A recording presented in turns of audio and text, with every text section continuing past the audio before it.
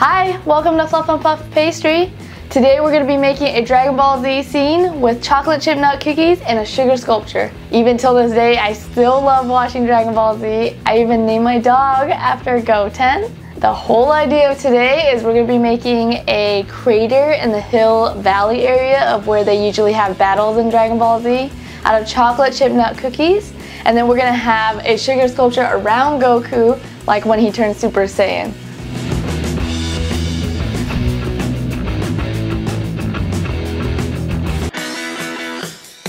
First, we'll be going over the ingredients that you'll be needing today. Here we have 5 ounces of butter, 4 ounces of sugar, 4 ounces of brown sugar, 1/8 ounce of salt, and then we have 3 ounces of eggs, which equates to about 2 eggs, 1 spoon of baking soda, and then 10 ounces of chocolate chips and 4 ounces of chopped walnuts, or your nut of choice. To start, we're going to make the cookies first. For this, we're going to start with the creaming method, which is using the paddle attachment and beating the butter with the 2 sugars and salt. Next step, we're going to add in our liquid, so our eggs and our vanilla extract. We can start adding in our dry ingredients of our flour and baking soda once we see that this starts kind of combining together. So when we see that this has all kind of combined together really well, we can start adding in our nuts and chocolate. At this point, we can start preheating our oven at 375 Fahrenheit, and we can start scooping out our cookies onto a pan that's sprayed and lined with wax paper. So here's the big one that's going to be the base. I just take 2 scoops and place it on the sheet pan. For the rest of them, I'm just going to do 1 scoop and then place them kind of away from each other on the baking sheet. With a fork, I like to smush down my cookies a little bit so they don't rise and become like little hockey pucks. We're going to throw them into the fridge for about 5 minutes or so that they don't spread too much in the oven and they hold their shape. After that, we'll put them in the oven for about 10 to 15 minutes. The bigger one will need probably about 5 to 10 minutes more than the rest. For the sugar sculpture, we'll be needing these ingredients. We have 8 ounces of sugar inside the pot.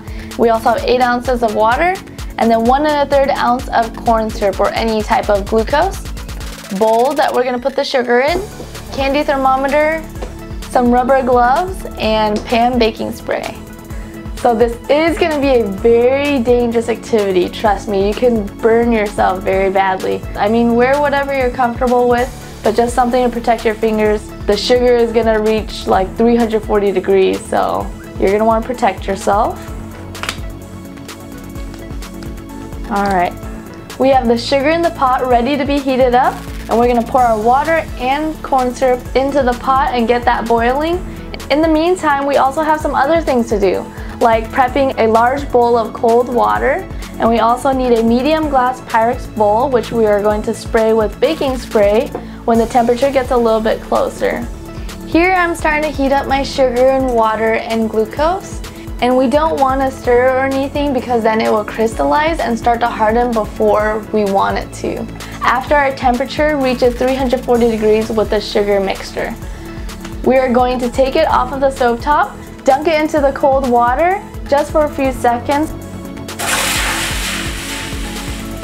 and then we're going to pour a thin layer into the medium glass bowl that has been sprayed with baking spray. At that point, you can start moving around the bowl a little bit like this and towards the edges so that it starts coming up just like how the aura will come up. At this point, I'm just using a spoon to pull it up towards the edges while it's still warm, because it'll still coat there and get very spiky. You're gonna look like the Super Saiyan aura. You only got about 2 minutes till it cools on you. And I want there to be parts that are higher than others, just so you kind of get that different level of the spiky aura. You want to keep moving and pushing it to the edges, otherwise it will just keep wanting to fall into itself.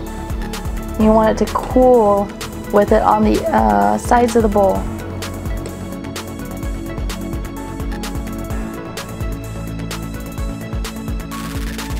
At this point, I'll show you how to start removing it out of the bowl. So you're going to want to put your thumb right on a piece where it's at the edge near the base and move it ever so slightly. Just let it move at its own pace until it starts releasing itself from the bowl and you can see it start sliding around.